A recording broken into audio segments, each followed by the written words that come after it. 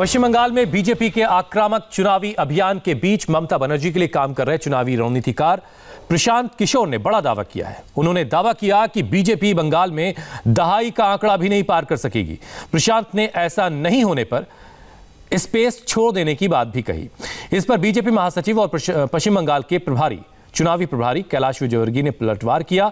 उन्होंने कहा कि बंगाल में बीजेपी की सुनामी चल रही है और रिजल्ट के बाद प्रशांत किशोर को अपना काम समेटना पड़ेगा।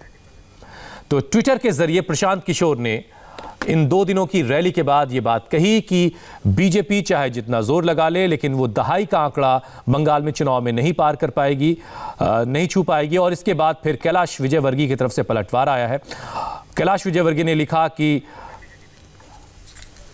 बंगाल में सुनामी चल रही है और एक चुनावी रणनीतिकार बंगाल चुनाव के बाद देश खो देगा। आपको सबसे पहले दिखाते हैं कि प्रशांत किशोर ने लिखा क्या है।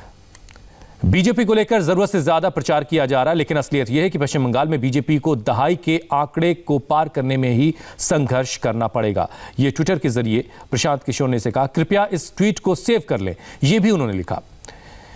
और इस ट्वीट का अगर बीजेपी ने बेहतर किया तो मैं निश्चित तौर पर यह जगह छोड़ दूंगा, मतलब ट्विटर से वो हट जाएंगे, ये बात कह रहे हैं। अब इसका जवाब दिया कैलाश विजयवर्गीय ने, बीजेपी के महासचिव और पश्चिम बंगाल के प्रभारी। उन्होंने क्या लिखा इसका जवाब में, वो भी आप देखिए। भाजपा की बंगाल में जो सुनामी चल रही है, सरकार बनने के बाद इस देश को एक चुनावी रणनीतिकार खोना पड़ेगा। ये ट्विटर पर जवाब दिया।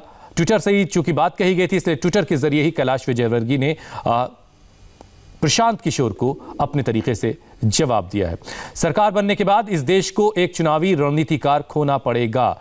जिस तरह की बीजेपी की बंगाल में सुनामी चल रही है, उसके बाद सरकार बनने के बाद बंगाल में जीत के बाद देश एक चुनावी रणनीतिकार खो देगा। बंगाल में चुनाव अभी बहुत दूर है, लेकिन